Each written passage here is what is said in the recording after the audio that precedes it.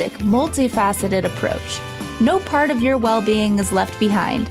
We all want to feel healthy, happy, and whole. So let's get to it. The Live the Good Life show starts now.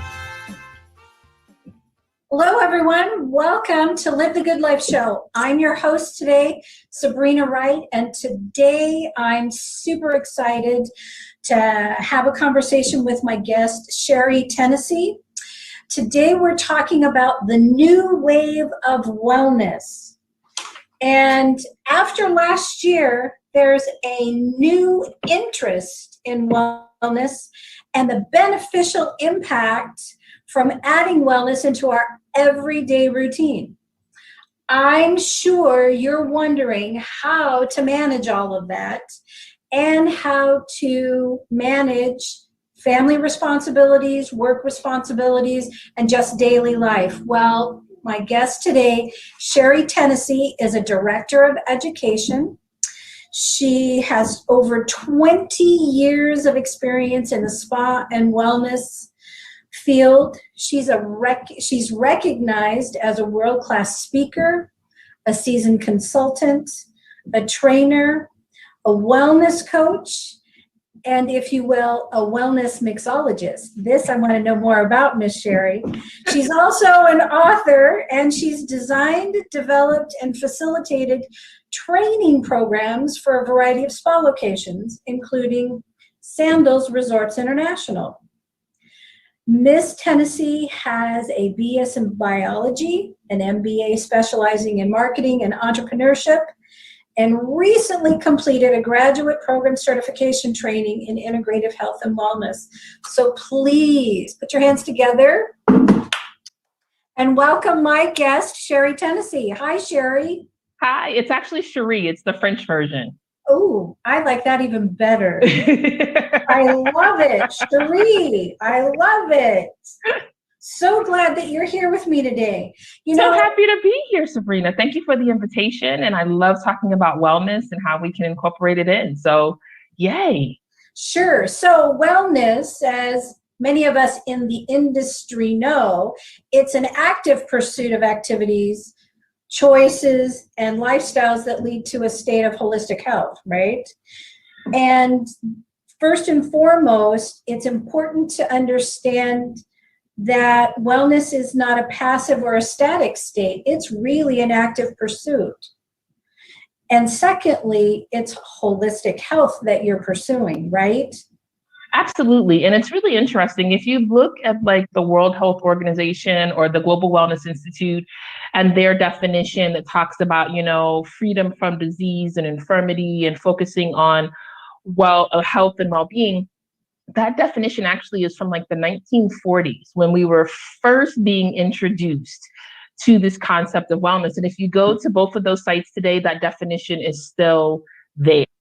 And then probably about the 1980s, there was a shift of wellness that was more kind of nutrition and exercise based. And a lot of times when you talk to people about wellness, that's kind of the first things that they really hit on is, eating right, exercise, eating right, exercise. But I think that there was a great definition that came out with Travis and Ryan back in about 2004. And he did these 12 kind of paradigms of wellness. Mm-hmm. And what he started with, what they started with was self-love and responsibility. I love that. True, right? It just gives you a little bit more control and power over your own wellness. Because I think about, I lived in Baltimore for 12 years and I think about East Baltimore. I worked at Johns Hopkins University. Like when you start talking about wellness and it has to be nutrition and exercise, that's not on their mindset. Like they're in a food desert. So how are you going to change your eating habits when you don't have the money and you don't have the resources? How are you going to walk your neighborhood when it might not be a really walkable neighborhood? So what other options are we giving? When you start with, it's about self-love and your responsibility to yourself, I really feel like that predicates an attitude and a mindset of when I practice self-love, then I'm going to eat with love. I'm going to move with love. I'm going to be with love. I'm going to speak and think. And that's actually how he lays out the paradigms is like, when you start with this foundation, then you can build everything else upon it. And I think when we talk about wellness, like it not about yoga and meditation. Those are very, very beneficial, but I really do think it's an inside tool that you can enhance with outside tools. I fully agree with you, Sherrie. And what I have found in my own practice and in working with clients is that they've become very disconnected from their selves. The value and worth is missing because it's become more about pleasing others, taking care of others, and self-care has been put on the back burner. Absolutely. And especially as caregivers, because I know you're in the industry and I've been in this industry for 20 years and we are givers. And I saw this great quote, one of my girlfriends, Tara, sent it to me. It said, only the wounded are healers, right? So you kind of have to have some sort of brokenness, some sort of something that happened that really wanted you to be in this industry. And we give, but you cannot pour from an empty vessel. And I think when we talk about wellness and that self-love aspect of it, it allows us to refill our vessel, and then that overflow can go to our clients, our family, our friends, our projects, our businesses. But if we're depleted, we have nothing left to give. Like, we're literally running on E. So self-care has to be put at the forefront, because otherwise you're not going to be able to accomplish anything. I agree. And what's interesting is that in conversations and even in the media now, there's talk about, well, what do I have to give up? Why do how am I gonna treat myself well? How am I going to incorporate self-love and self-care? Because I only have so much time in the day.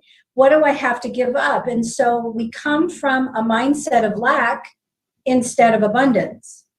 Absolutely. Where really what wellness and self-love and self-care is all about is not only adding to ourselves, but adding to everything we're connected to.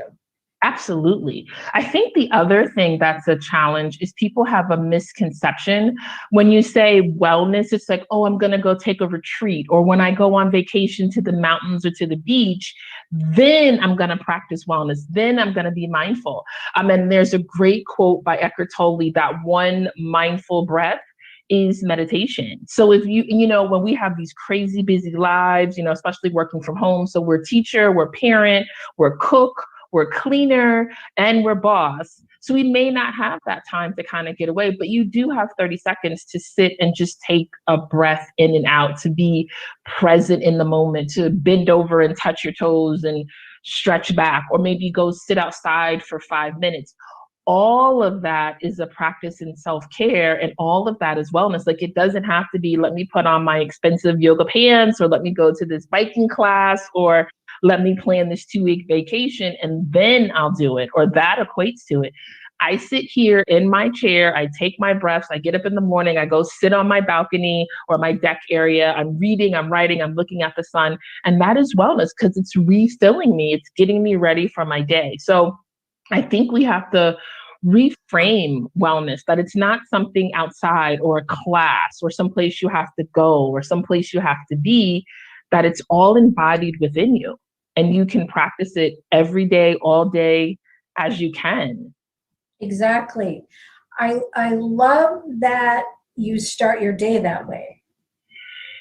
And now my sacrifice might be getting up early, but I'm on East Coast. I'm on East Coast time, living in the West Coast. So I'm usually up pretty early anyway. And it just kind of gets my day started in the right frame of mind. Now, it is hard to, it's like you walk past the kitchen, oh, this needs to be done. And you walk past this and, oh, that needs to be done. And I think, but it is like, okay, let me go take, if it's 5 minutes, if it's 15, if I have the luxury of 30, I'm going to take it. But I'm taking that time to really build that foundation for the rest of the day. And I find the days that I don't do it are just scattered and hectic, and I'm drained by the end of the day, regardless of how much sleep I've gotten. But those mornings that I really just kind of sit down, still reading, writing, those are the days that are just bubbling over. Absolutely. And those are the days that move at a really great pace. And there is less hiccups, there are less obstacles, and there's an ease and flow about the day, truly. Absolutely. And I think that we've been so far removed from ease and flow that it's hard for our brains to actually connect on it, how to make that happen. Absolutely. I really think that there is this pride in hustle and struggle. And so there was a really famous hip hop song, Every Day I'm Hustling. And so I've changed the lyrics. I love the song. It's such a motivating song, great beat. I'm like, every day I'm aligning, every day I'm aligning, because it doesn't have to be this hustle. Like, you're working so much harder. You do need to pray and move your feet. But, when you are still, like even they say, prayer is when you talk to God, and meditation is when God answers, right? So when you can get still, that early morning moment, when you get that insight and that guidance, and let me go do this, or that idea pops in your head, and let me go, let me take 5 minutes to take care of that. It's amazing how those little things and that little bit of guidance can push you and propel you so much further than you pushing on this wall that's just not going to move. So we need to have another conversation, again, kind of reframing, as I said, about wellness. This whole I have to hustle, I have to struggle, that it's required for life. There is ease, there's balance, there is flow, there's generosity, there's abundance. If you open yourself up to it, that it does not have to be this daily struggle. And I know people looking at this like, oh yeah, I'm sure she says that because she's here or she's done that. I've struggled. I've hit rock bottom.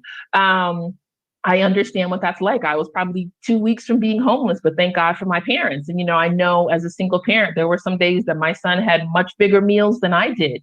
So it's not this, I've never had a challenge, I've never had to struggle. I was able to focus on the light at the end of the tunnel, understand the valley that I was in, and in the words of Iyanla Vanzant, the value of the valley, so that I can sit here and say, yes, you can still live in East Baltimore. You can live in Southeast DC and still take a moment to breathe and be present and be open to the opportunities and possibilities. Like, your environment does not have to control what happens to you. It's your mind and how you approach things and how you process things, which, again, going back to that self-love and wellness, changes the conversation and it changes your trajectory. I completely agree. I love it. It's and I appreciate the fact that you're speaking from a place where you have experienced the disconnect, right?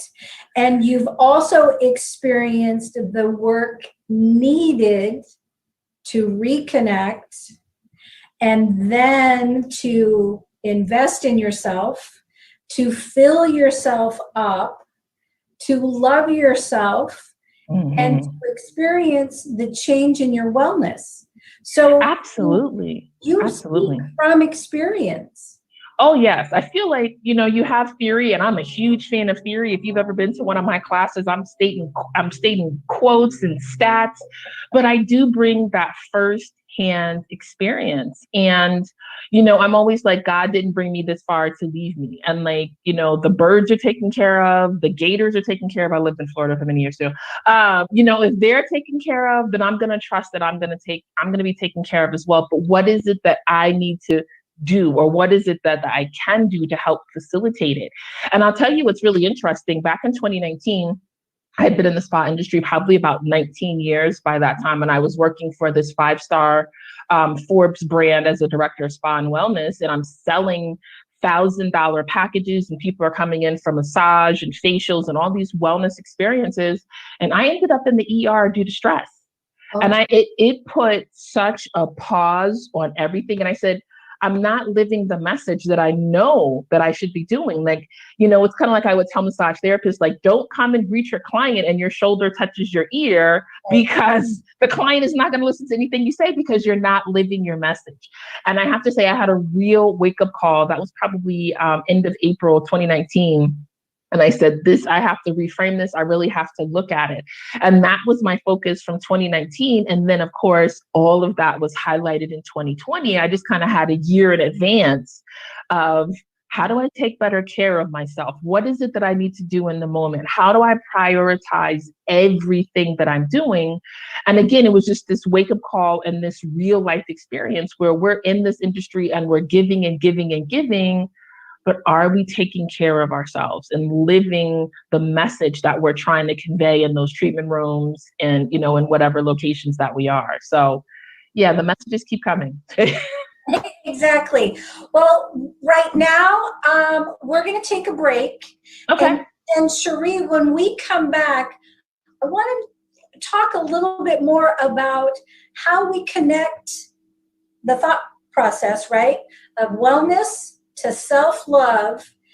And where do we go once we get that connection? Where do we go to start adding, if you will, to our lives and to our self-care wellness routine? You're listening to Live the Good Life Show. I'm your host, Sabrina Wright, and my guest today is Sherrie Tennessee, and we'll be back after this message. All right, all clear.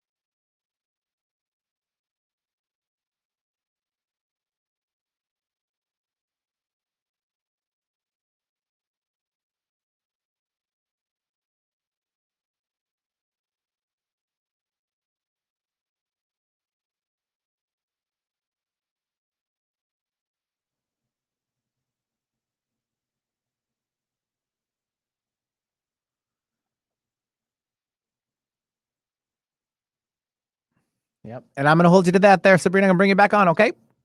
Thanks.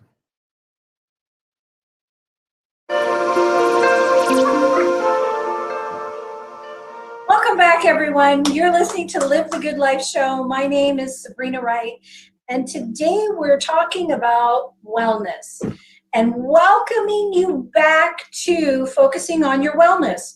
My guest today is Sherrie Tennessee, and our lively discussion has been about wellness and self-love and how to connect how to connect it together, how to connect it to ourselves.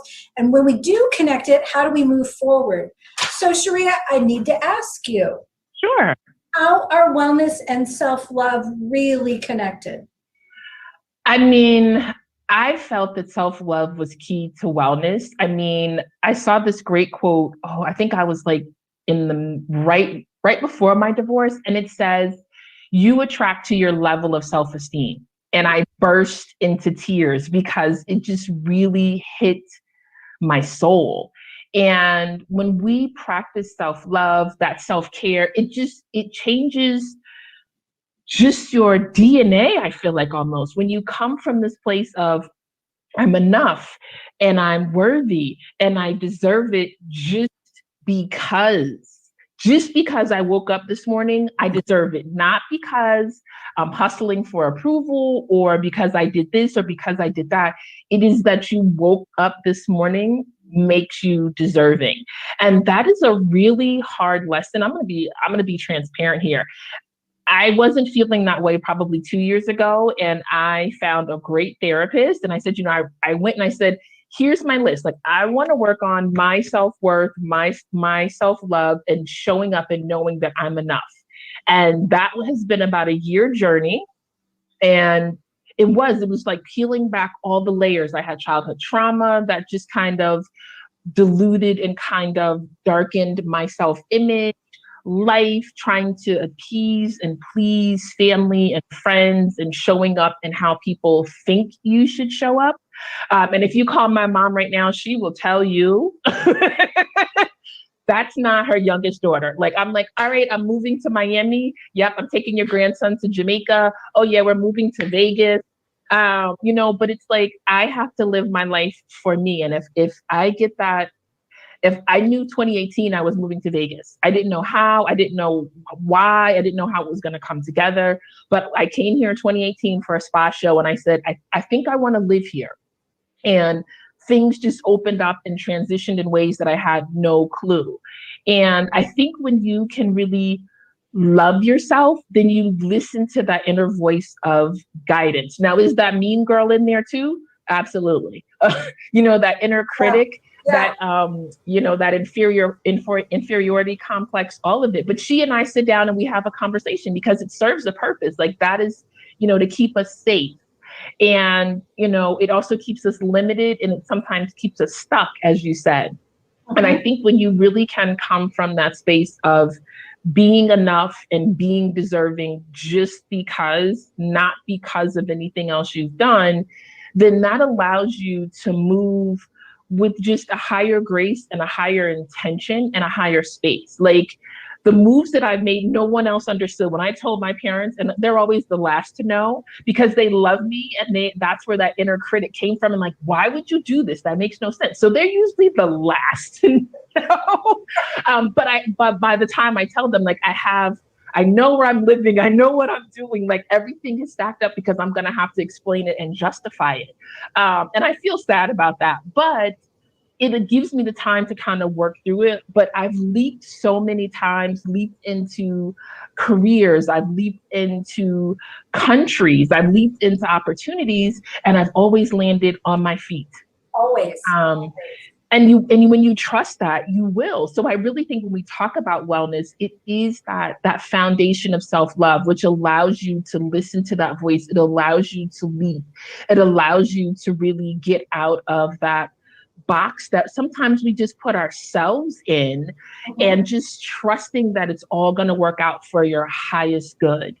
Which again, 20 years in the industry sounds very woo-woo, but I saw this really powerful movie called Heal, the documentary, and it's all about like just the power of the mind, and Bruce Lipton, and the biology of belief and placebo. And I was pulling up some stats where placebo, I didn't even know, is between 15 to 72% effective. Just thinking that you're going to be cured cures you. So when you think this is going to be successful versus, oh my goodness, this is going to go wrong, it just kind of changes and shifts the opportunity. And we have that opportunity to change every single day. I did a little vlog a couple of weeks ago, and I said, some days you may wake up and pink is your favorite color, and the next day you may wake up and purple is your favorite color. It's okay to change. Like, you can evolve and grow and adapt as you need to. So, and it's important to embrace change, because if you're not moving and growing, you're dying. Stagnant, and literally you die. You do, and you'll die right there. And like, there's a great quote that says, be wary of people who are standing in the same place year after year, because they're not moving forward. So when you talk about progress and the changes that you want to make, it's scary. And let me say this, I do leap. And I do change a lot. And people are like, oh, you must just be fearless. Absolutely not. I drove cross country and I didn't have a place to live. And it was like, I'm just going to trust. I was like, I'm just going to hold this steering wheel and I'm going to trust. It was really faith, surrender, and trust.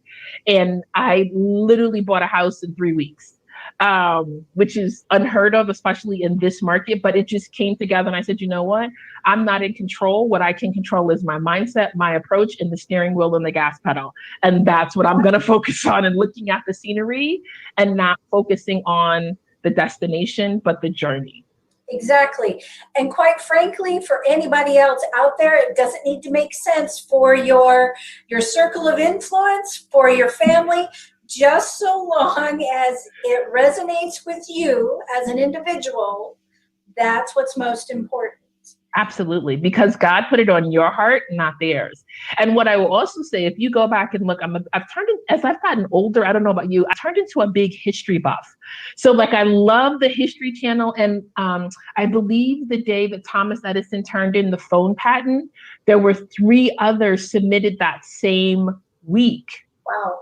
Right? So what that says to me is God put it on a couple of different people and was trying to see who was going to bring it to fruition. So if you get that idea, you best believe somebody else probably got that idea too. And whoever puts the wind and the effort behind it is the one who's going to make the pace. So don't be upset that you got that idea, but you were too scared to follow it and somebody else did it and brought it out.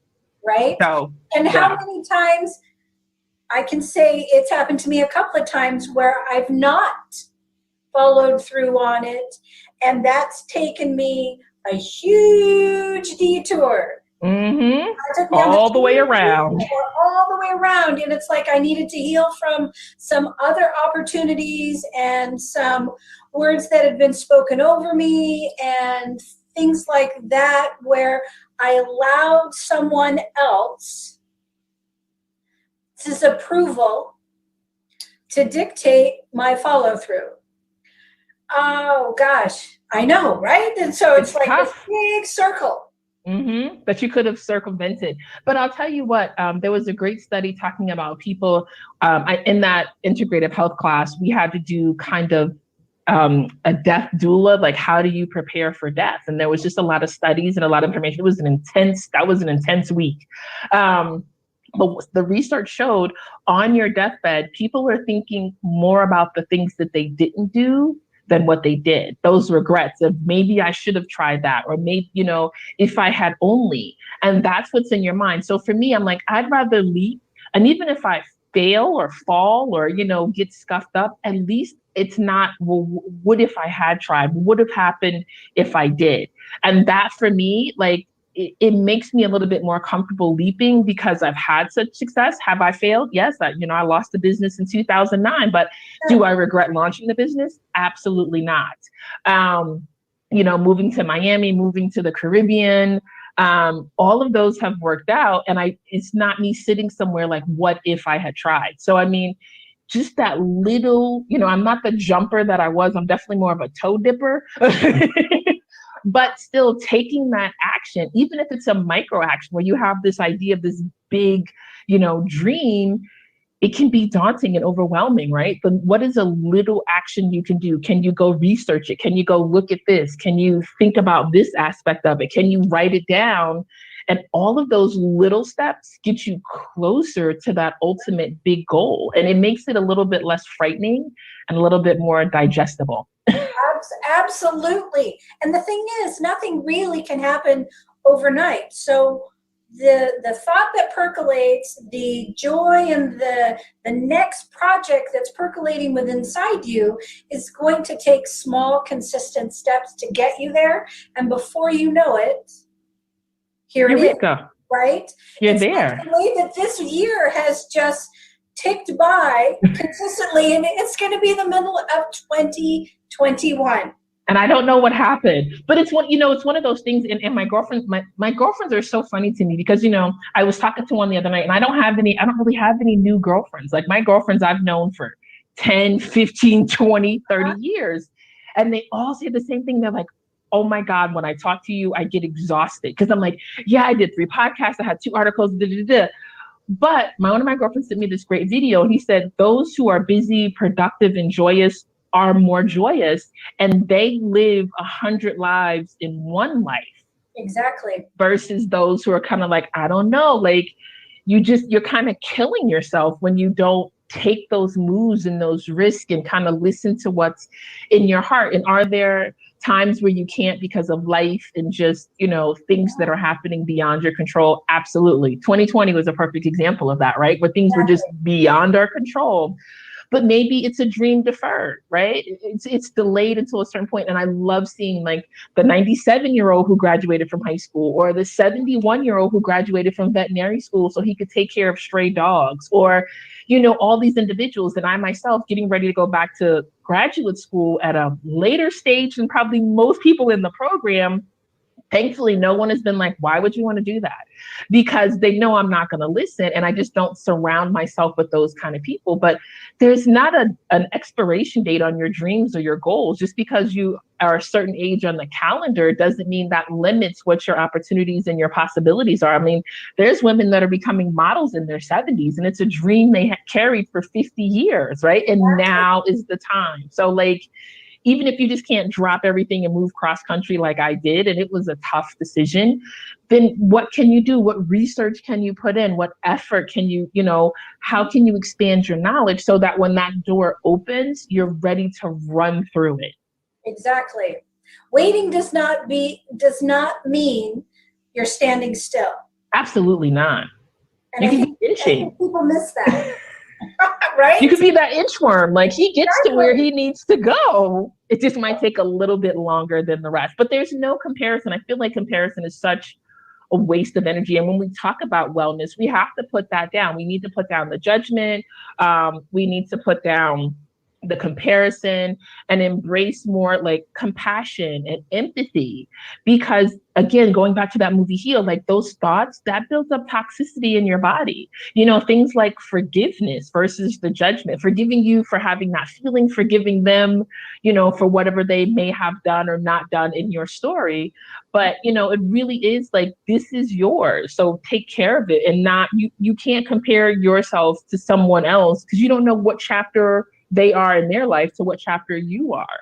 So, I think the mindset and that self-love and self-actualization really, to me, is the key to wellness. And then you mentioned before the break, like, how do we bring that into our lives? And I think it's a daily practice, right? It's like bathing. Like if you don't bathe on a regular basis. Right.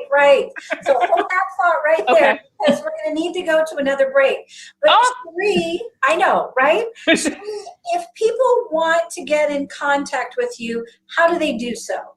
I'm on LinkedIn at Sherrie, Tennessee. I'm very active, probably more than I should be on Instagram. I'm at the Spa SOS, THESPASOS. And then they can also reach me via email. We all still have those at thespasos@gmail.com. Perfect. So when we come back, we're going to talk about how we as individuals can incorporate into our daily lives moments of wellness activities, and just more self-love. So we'll be right back. Yay. All clear? Oh, thank you very much. 20 years is my game too, so. I'm like, ooh, he has that professional. And let me sell you a car. Oh my God. Not a sales guy. And coming up next on, I'm going to date myself, David Letterman. There you go. You're funny. Awesome. Yay. Yay. Good stuff. It is. Okay, let me go look up something right quick. Okay. Because I want to quote it. And I try to have my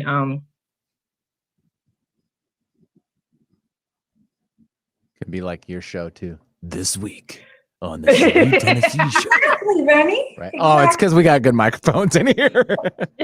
Oh yes.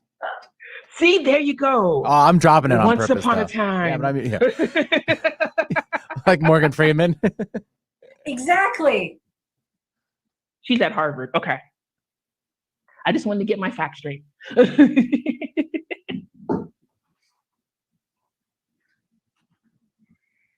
So are you going to be teaching while you're going back for your...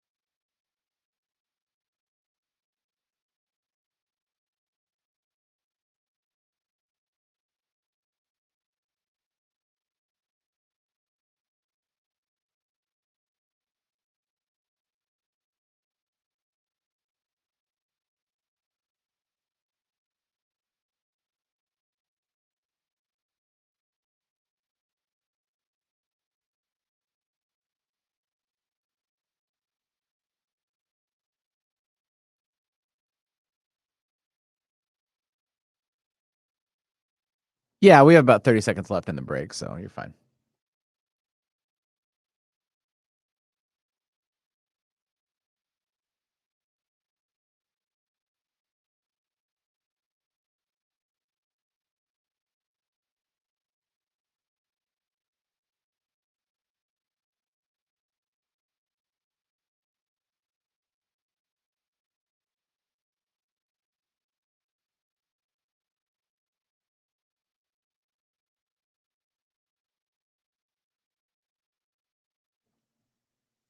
Yep. And I'm going to hold you to that. Got to bring you back. Here we go.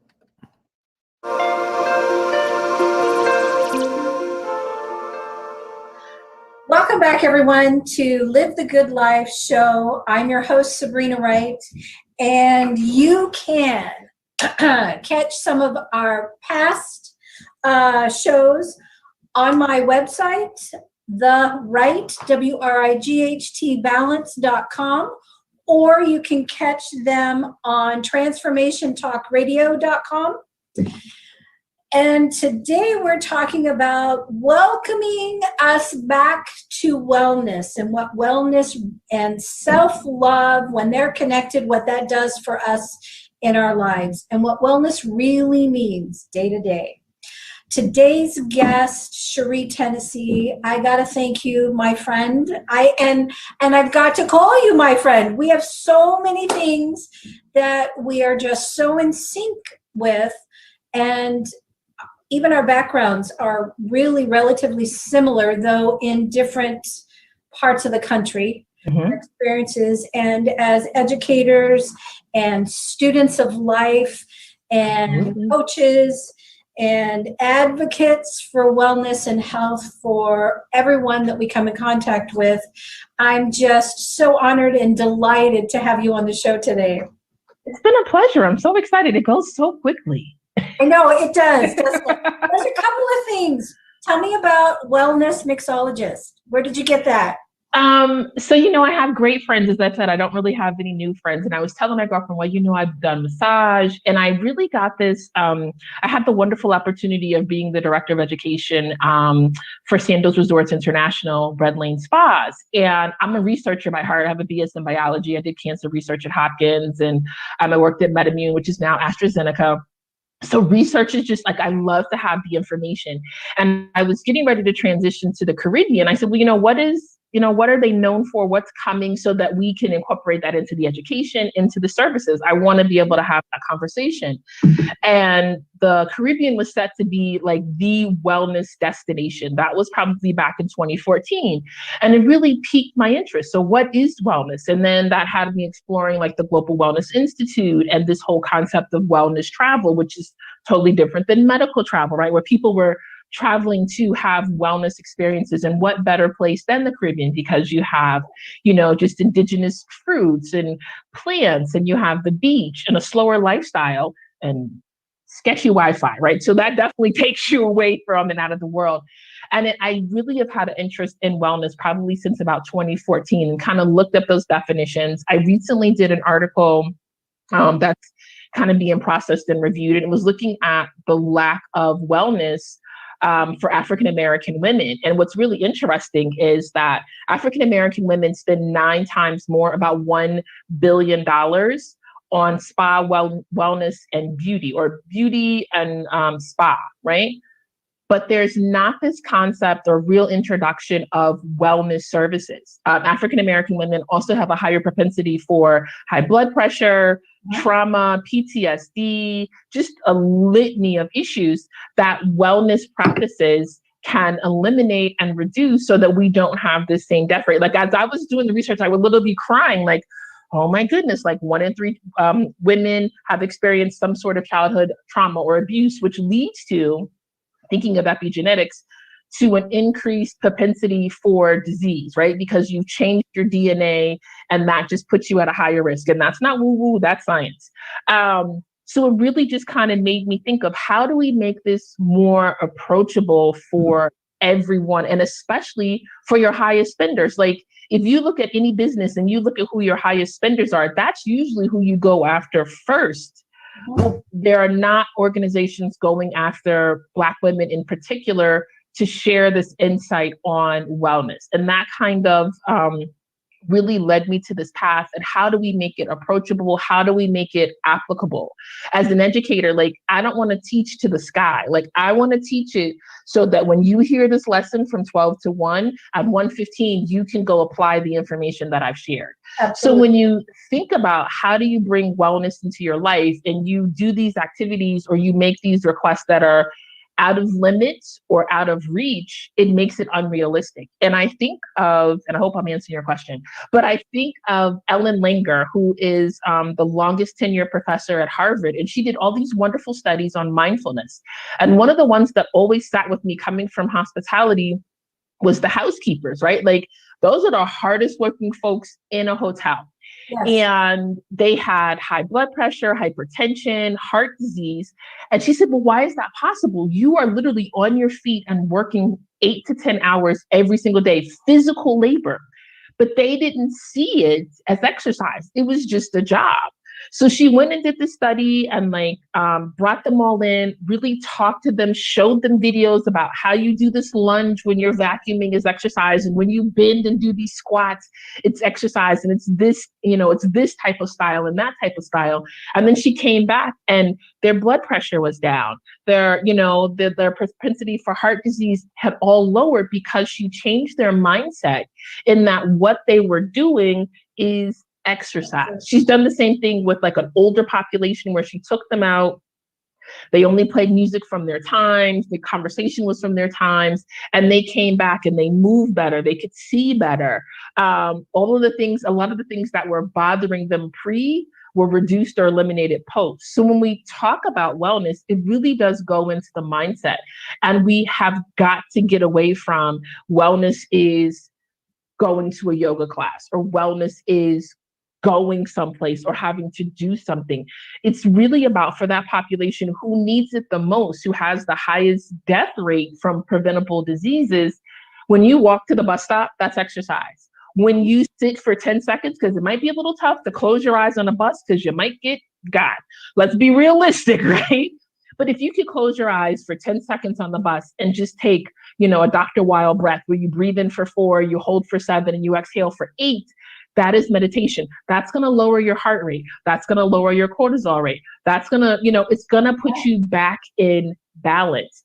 But it starts with the mind and making it approachable and not this elite, expensive experience, because those who need it the most, it's not being crafted for them. And that's a disservice. And so I want to take wellness to the masses because that's who it's intended for.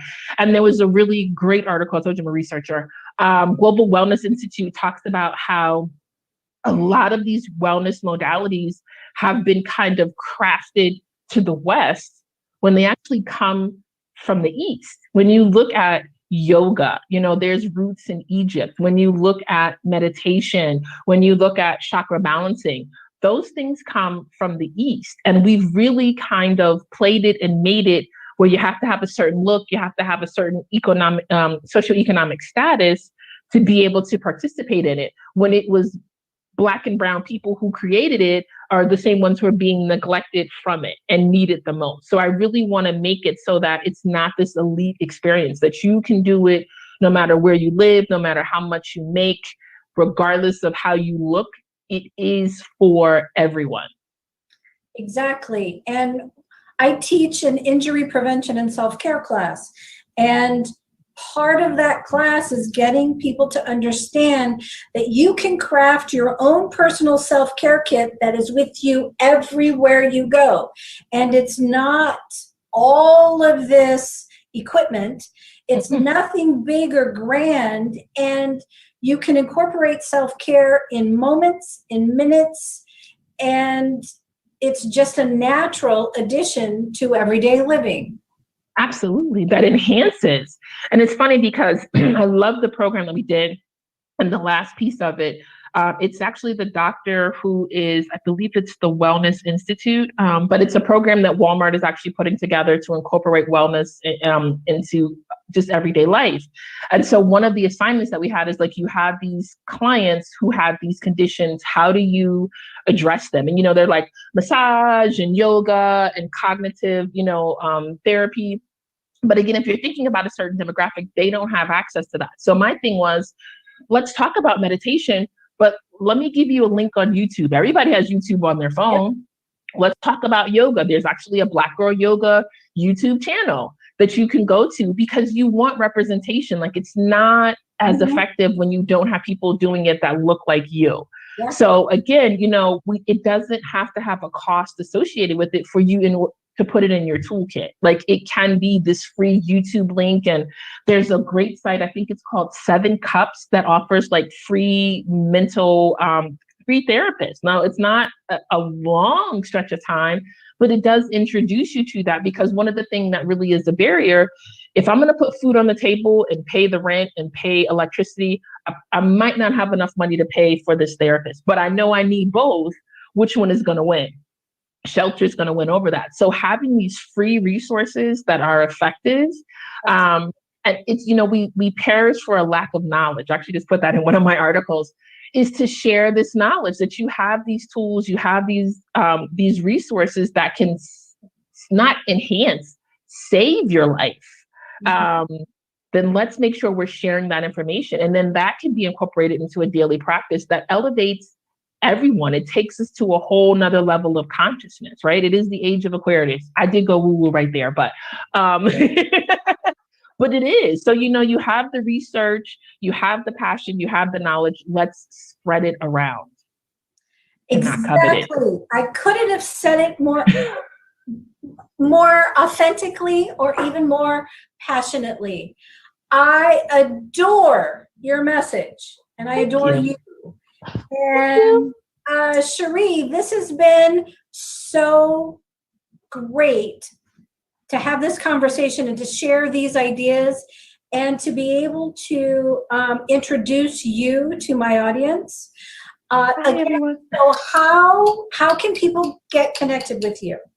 I am definitely on Instagram, probably more than I should be. It's the THE Spa SPASOS. You can also reach me on LinkedIn at Sherrie, Tennessee, SHERRIE, Tennessee, like the state. Yes, TENNESSEE. And if you want to send me an email, I am at thespasos@gmail.com. Perfect. Today was enlightening, exciting, and I hope that everyone listening really understands that the connection is within you. Absolutely. So please reach out to Sherrie or myself, and you can connect with me at the Wright, WRIGHT balance.com, or on my Instagram page, Live the Good Life Sabrina, or on Facebook, Sabrina A. Wright. And let's get you tools and resources, and let's get you started on working toward your self-love and your total wellness. I want to thank my guest again, Sherrie, Tennessee, for joining me today on Live the Good Life Show with Sabrina Wright.